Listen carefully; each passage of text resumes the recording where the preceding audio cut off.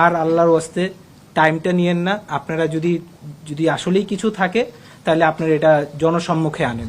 আচ্ছা, আমাদের আরেকটা ইস্যু সেটা হচ্ছে দেখেন, আমরা যেহেতু প্লেয়ারদের সংস্থা, প্রত্যেকটা প্লেয়ারই আমাদের ভাই, প্রত্যেকটা প্লেয়ারের অধিকার আমাদের কাছে সমান।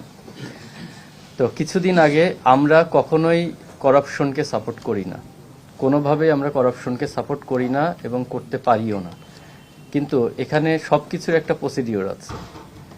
তো এই একটা বিষয় নিয়ে আমাদেরই কিছুদিন আগে আপনারা দেখেছেন একটা বিসিবি থেকে সাডেনলি উইথাউট এনি রিজন, তাদেরকে আমি জানি না এখনো কোনো রিজন দেখানো হয়েছে কিনা, উইথাউট এনি রিজন 9 জন প্লেয়ারকে বিপিএল থেকে অফ রেখেছেন।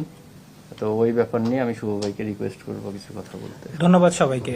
আসলে আমরা বিগত অনেক দিন ধরেই আমরা জানি যে কিছু ফিক্সিংয়ের ব্যাপারে কিছু ইস্যু হয়েছে, কিছু প্লেয়ারকে উইদাউট এনি প্রুফ বা উইদাউট এনি এভিডেন্স ছাড়াই কিন্তু আমরা কিছু প্লেয়ারদের আমরা এই বিপিএলে দেখতে পারিনি। এটা খুবই দুঃখজনক। আমরা প্লেয়ারদের সংস্থা থেকে, কোয়াবের পক্ষ থেকে আমরা এটা তীব্র প্রতিবাদ জানাই। এই কারণে জানাই যে আমরা সবাই জানি যে আসলে এটা জিরো টলারেট। যদি আপনি করাপ্টেড হন, এটা আমরা কেউই মানি না। অ্যাজ এ প্লেয়ার হিসাবে, আপনারা সাধারণ মানুষ হিসাবে, প্রেস যারা আছেন তারা সবাই এটার এগেনস্টে।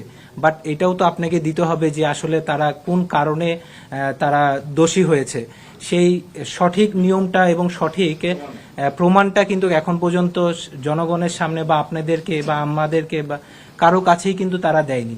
হ্যাঁ, তো তারা এই যেই কাজটা করছে, এটা আমার কাছে যেটা খুবই দুঃখ লাগছে যে এত বড় বড় নাম যারা ডোমেস্টিক ক্রিকেটে সবসময় পারফর্ম করে আসছে, তারা উইদাউট এনি এভিডেন্স বা উইদাউট এনি প্রুফ তারা খেলতে পারছে না। তো আমি রিকোয়েস্ট করব বোর্ডকে যে আর আল্লাহর ওয়াস্তে টাইমটা নিয়েন না। আপনারা যদি যদি আসলেই কিছু থাকে তাহলে আপনারা এটা জনসম্মুখে আনেন।